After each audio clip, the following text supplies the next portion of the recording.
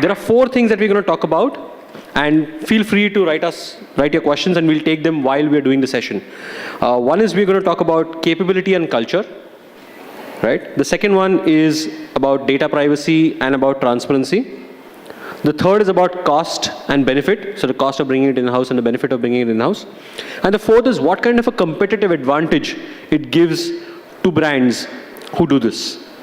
Right, so we'll get started, and like I said, if you don't get any questions, we'll be out of here pretty quickly. So my first question is to Prasad. What, in your words, de-jargonized is programmatic? Yeah, good. I think the difficult part here is that not using jargons, okay? But if the question is, first and foremost, if it was a black box, if programmatic was a black box where you just put it on and put it off, then the answer is very clear. You don't need agency. You just take it in-house.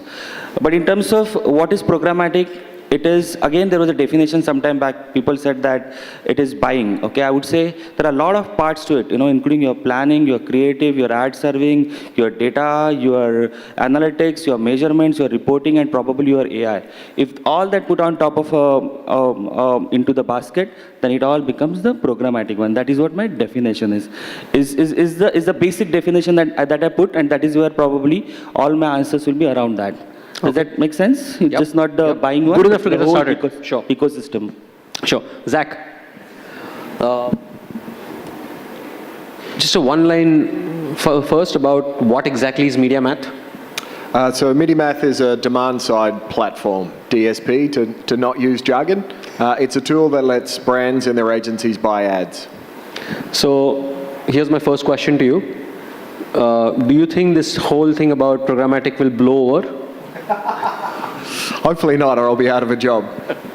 No, I think it's going to be a very rapid uptake in this part of the world for sure. If you look at markets who are a little bit further along the journey, like the US and EMEA, you're seeing kind of 50 to 60% of digital spends being operated programmatically. And what's causing it? We actually did a survey of APAC marketers last year as to why they were starting to use programmatic more and more. And the answers that came back were it's more efficient and more effective targeting. Okay. If I can summarize it that simply. So Amit, you've heard this argument before. More efficient, more effective, right? What's your first reaction when somebody told you that here's one more option for you? I think, see, if you were to look at what programmatic buying or programmatic media fundamentally promises, it promises what we were taught about marketing, the right message, right place, right time. And essentially, that's what programmatic delivers. And I think any marketer worth his salt would love to do that. And today, that's what the promise of programmatic is. However, having said that, I think, at least internally as a challenge that we've seen, and it's a big culture and a big mindset shift.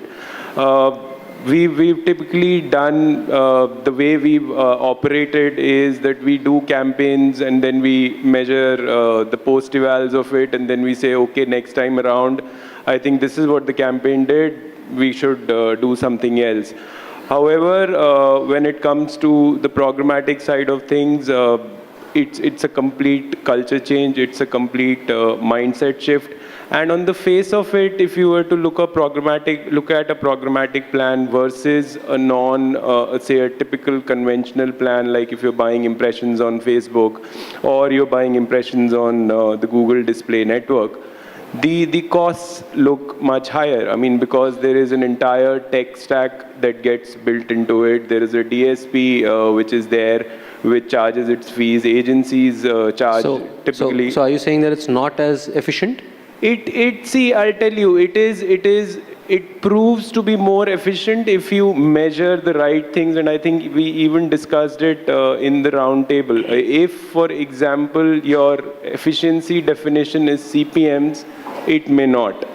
Or if your efficiency definition is that I will get more visitors on the website, it may not.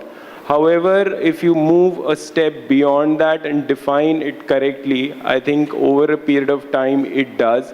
And the mindset shift that I was talking about is that you have to think on your feet, you have to think on the fly, you have to define better definitions. I mean, if you... Amit, I'm going to interrupt you. We'll probably come to the challenges a little later, but what you're essentially saying is that yes, there is a possibility to become more effective and more efficient if you use programmatic, right? So just a quick question before, why is it not 100% money on programmatic in that case? Yeah. So 100% money, the point, I mean, I was trying to Just make... short answer. Short answer is, I think most organizations, at least ours, we're still not ready. We're still doing it the old school. And if you cannot do that change, if you cannot make that change internally, I think it will take time for people to get it. I think Aditya, I have a quick on to it, a short one. Why probably it can get into efficient or not. There are 4 things basically which needs to be changed if it goes to the brand side. Is that A, culture change, the way he said it. Second, the process changes. Third, the technologies. It's the whole ecosystem and learning and on. And the fourth is the skill sets. Okay, if you add all those things, and if your core is not media management and programmatic in-house, and your core is probably selling insurance or selling mutual funds or whatever it is, then it could become a large cost, and then it could get down to as much as around 40% of your whole buys to manage that. So Zach, we seem to be talking about effectiveness, efficiency, which are nice things to talk about, but essentially we're talking about your job being taken away. So I'd also like to know why 100% of spend is not on programmatic yet. Great. So what we would like to understand from you is what makes you better at doing this than, let's say, the brand doing it in-house for themselves? So we actually don't do a lot of kind of managed service in that sense. There's very little that we do. Most of the time, we offer the platform to either the agency or the brand direct. I think the first thing to call out there is that it is a very complex space. It's got far more levers and far more options to try and control if you're moving across or used to operating in a search capability.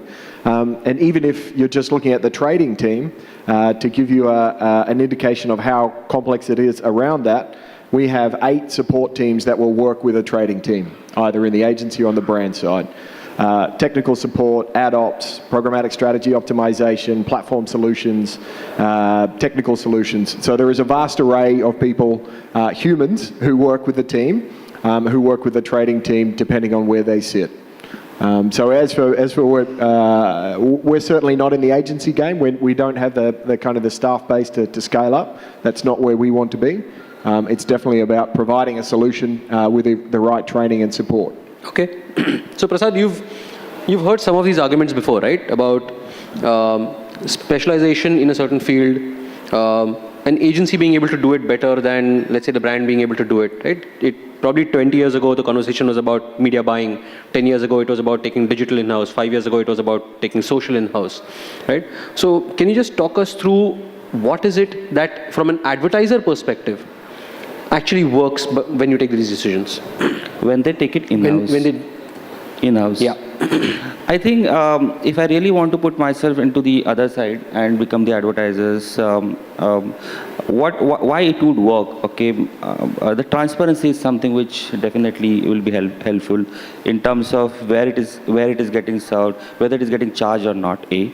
Second one thing is that probably the consolidated view that they have and better understanding of the data, provided, as I was saying, it has to make a commercial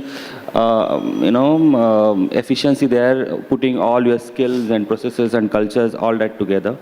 But if that is what it is, then these are the 2 important aspects by which probably consolidated view of the data and the transparency may help them to again that have feedback loop in place, wherein over the time probably they can see that efficiency. That is, if you have asked the question saying that if the brand takes it in-house. Sure.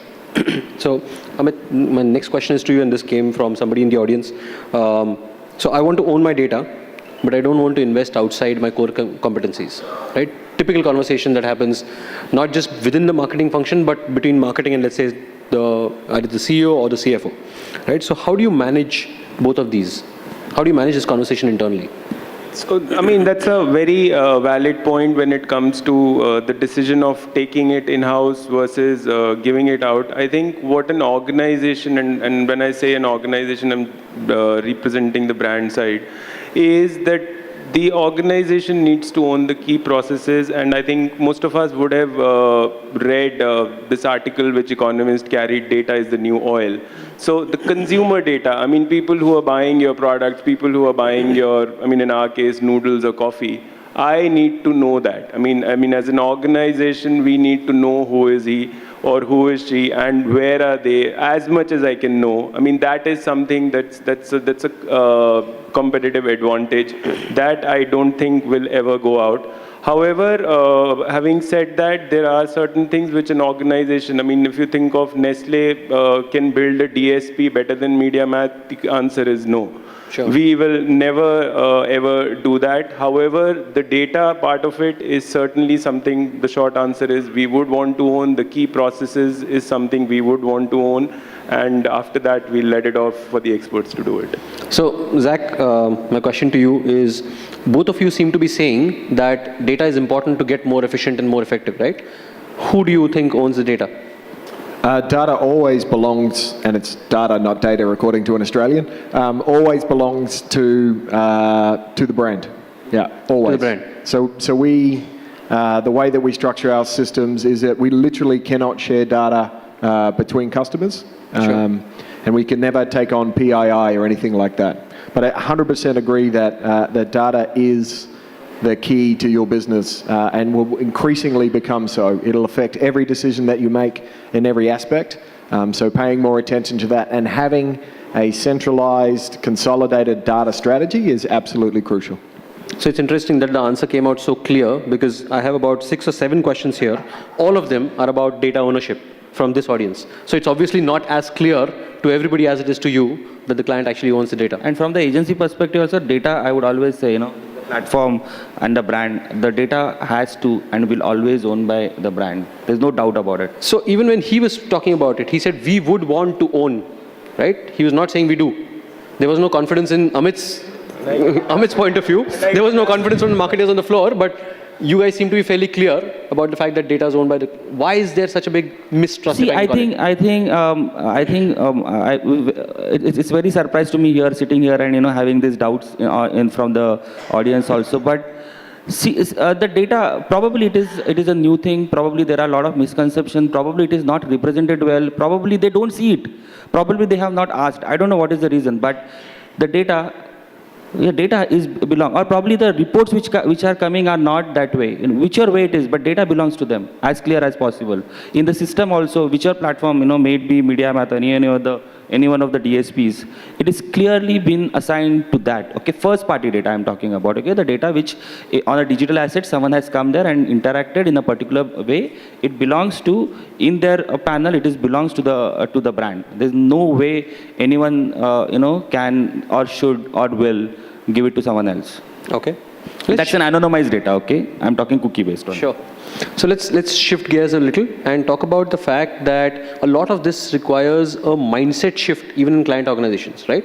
So Amit, can you talk us through some sort of a framework that you guys have or how you look at these decisions? So the biggest mindset shift I think which we still grapple with is, as basic as a target audience definition, and the definition that keeps coming to me is like 15 to 30 females living in metros, and now please go and run a programmatic campaign and try and get me a message out.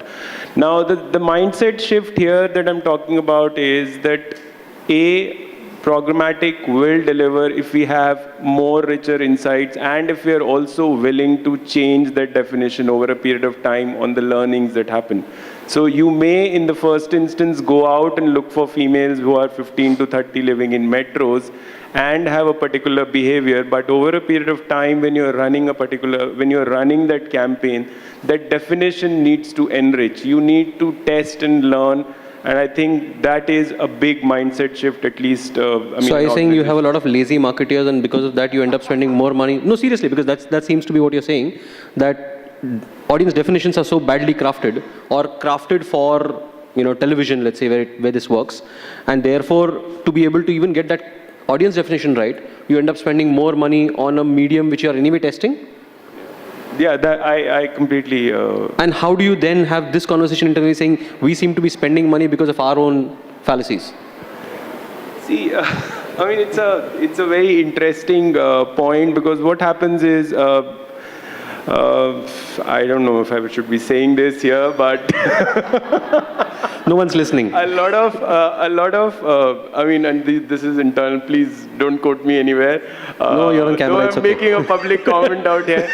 A brand, You're on camera, you're being a recorded. brand owner typically thinks that he knows, and when I say brand owner, it's within the organization. People who manage brand, people who manage businesses, and I have a lot of respect for them.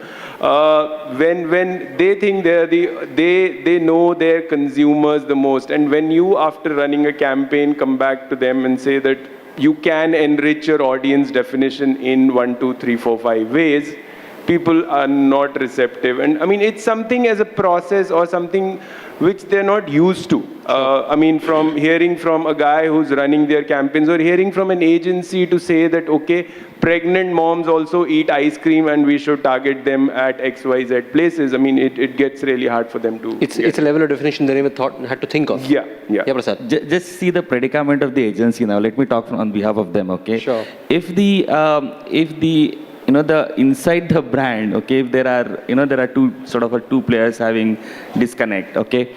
So talking about the culture part of it, if you see, the brand internally has to fundamentally change if they take it in-house. One is that till now they were managing a relationship with the agency now, and execution probably was at the agency side. Once it gets in-house, it's not just the relationship with your partner, the platform partner, your data partner, your technology, that is partner, as well as inventory partners, because it is not just going to be the open exchange now where the public buys, but there could be all your direct buys are going to be as a programmatic direct. In US more than 50% happens that. Is the brand ready to manage that also is the question. You really have to culturally change. It's everything, whatever happens, good, bad, ugly, is in-house. Sure. Okay, so that's the cultural change which has to two happen. things that I seem to be getting from this. One is the fact that there is inefficiency at the brand end, or at the brand owner end, and that's what's being almost pushed onto the ecosystem. And the second is there seem to be resources that you already need to sort of allocate even before you get started at any scale. So there are a couple of questions that I want to quickly put to all three of you, in fact. At what scale does it make sense to even consider this decision? Zach, if you can. So at what scale? So if you think about from a resourcing point of view, because this is such a complex space, you need to have a trader who is doing this day in, day out.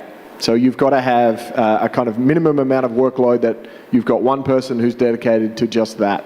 And then one of the very interesting points that was brought up, I thought, in a similar conversation about a month ago, is how do you incentivize, how do you motivate that person? If somebody's working in a bank or an insurance company or whatever it is, and they're a programmatic trader, what's the career path for them? What's the progression? It seems to be that the evolution or the turnover rate, particularly for young digital traders, is quite high. So you need to be aware that you're building a team. How do you kind of keep them progressing? So I think you need to be at least at that level. I think it's got to be you're a very large company with a very large data set, doing very complex things, and you have. Do you have a size in mind in terms of numbers, in terms of spends, in terms of maybe size of brands, something of that sort? Where the trouble that you have to go through for all of this makes sense? Sure. To be honest, the only time we've seen this done particularly well is with very, very large global brands. So people at the Walmart level. They have a team of data scientists, they have a team of traders in programmatic. They're the only people who are of sufficient scale. Okay. But can I just going to add on very, very quickly? I think the best conversations happen, and I know it's a bit of a cop-out on this topic, when all three are represented, sitting in the room at the same time. You've got the brand, the agency, and your tech partner. Because otherwise, you have a brand talking to the client-leaded agency, who talks to the media planner, who talks to the trader, who then talks to the tech partner, and you get completely removed from what the brand is actually trying to achieve. So get all three in the room at the same time. Make sure everybody's across it. So I agree with you on 2 counts. One is that it's a cop-out, and 2 that you actually need everybody on the table. Quick one. Yeah, so if you are asking me the numbers, I don't know, it's usually how to find out that ROI. So let's say large brands, global brands, maybe country specific, but large brands, and let's say startups. See, large brands, I think maybe, but it cannot be so black and white. It has to be a hybrid one, okay? Because if you get everything in house and probably start following the standard practices, then you do not have competitive advantage, because if you can put 3 or 4 technologies around it and combine it, that is where probably you will do something different than others. So it cannot be completely in house, even for the large brands. Not because just I'm an agency, but there are a lot of things which every day in and day out we are meeting people and trying to put 3 things together and doing it. For small and medium brands, absolutely no, because it is not just one trader that you hire. Okay, the day you have hired, next day morning, he's outdated in a way. It could be exaggerated, but nevertheless, it is what it is true. Okay, but the speed at which things are changing. Then you start building a lot of team, like, he said the media planner, then the trader, and the analytics guy, the data scientist guy, the account manager, the relationship manager, and all. Then if a small campaign, 5-6 people, it just doesn't make sense for them. No matter what it is. Yesterday I was working on a plan, and it was a programmatic direct, okay, and the client asked me, what are the things that you do? Trust me, I went and sat, and there are 23 items that we do before a campaign goes live. So if it's a capability thing, then, mathematically speaking, if the amount of time spent on recruiting, training, and keeping these people in your team is higher than the amount of money you're making by improving your efficiency, then it's obviously not a great place to be, right? So, Amit, you want to comment on that one? I think, yeah, it's not a good idea for, at least brands, and I don't know the Walmart thing, but in our case, we don't see ever to take this part in-house. And like I said earlier, we would like to own the key processes, the data of our consumers, and derive insights, the inciting process, but the actual deployment, no. Just talk a little bit about, do you see this as a competitive advantage? And if so, why would you not think about it as an investment rather than what you just said, which is a trade-off of, in-house versus partnerships? See, where the competitive advantage would come from is on the data side of things, what I said. Things around segmentation, things around consumer behavior, things around how you arrange your data, things around your actual campaign deployment and the learnings around them. That is where I think it will make a lot of sense. Taking a couple of steps back, would it also require re-questioning your marketing fundamentals per se? Who your consumer is, how you define your consumer? Of course, this entire process is actually questioning the way we are organized, the way we fundamentally think about media and advertising when you go the programmatic route. And trust me, it's not an easy job even to do that, forget taking it in-house. Okay. Just wanted to check with Prasad on transparency. Right? We spoke earlier about data. Okay, fair enough. So yes, there is a lot talk about transparency. There are 2 types of stuff on transparency. One is whether your partner, okay, is adding extra as a top-up on top of it. Okay, that's a transparency, one part of it, which is a commercial one. It can be easily tackled and managed. Okay, A. Second part of the transparency is the actual data. For example, where it is getting served. Is it getting served right? All those things. The targeting that placements. So there was a study wherein someone was targeting on 50,000 sites and they cut it down to 5,000. Still the results are same. All this thing we hear. So transparency, yes, of course, is an issue. I would agree that, but it is something which is definitely tackleable, okay, provided both the parties work together and make sure that they get compensated properly together. If you say you're going to work, I'm just taking us now side of the agency. I'm not saying that they should do it, but what could go wrong? Okay, if you want, just because if someone says that things are working automatically and you should work at 2%, then probably transparency may get compromised. You get where I'm coming from. Sure. So commercial transparency as well as the where it is getting served. It was an issue, and that is where probably people started talking about it. I see coming not just the transparency, but there are a few other things will start coming up in terms of viewability, in terms of robots, in terms of audiences. Next 3 to 4 quarters, I think people will talk about it for sure. Okay, one question which has come through, this is for Amit. Is there a hierarchy for you?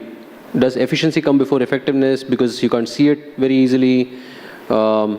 Is there some sort of sequencing that you do? Given that business has to be managed in the short term before you can think of long term. See, I think the North Star that we would be chasing would be effectiveness. I mean, that is something which we would ideally want. It's a difficult question to answer, what comes first. We don't have easy questions, Amit. We wouldn't be on the stage for that one. No. Efficiency, I mean, to me, I would, I mean, that's a personal thing that I'm saying, is effectiveness would rank higher, because efficiency, till a point, I mean, it has to be, if you don't define efficiency correctly, if you don't define the end objective correctly, can be a bit misleading. So that's how it ranks for me. I have a contrary view on that, sorry for that, okay? Because when I see accounts and I see the campaigns, I think we have not even taken care of efficiency first, okay? In case of viewability, global standards, 50% of your impressions are wasted. First take care of that, okay? And if you take care of that, probably the efficacy will start improving. My feel is, the basic baby steps have not been taken. Once you take that, probably this is, I'm talking about the first step, second step, okay? Probably the big brands have already moved on to it and gone, and they are looking for an efficacy part of it, or efficiency part of it. Okay. Zach, some last word? So since we're arguing, I'll take the other side of that argument. I think effectiveness should be the measurement. If you run a TV campaign, you don't measure how many times an ad was shown on a screen and somebody saw it. You measure how much you achieved in terms of reach or exposure or sales. And so I think changing the mindset, as we spoke about before, moving away from a media decision, media-based decision, I'm going to spend X amount of budget in this channel, to I'm going to spend X amount of budget to achieve this many sales.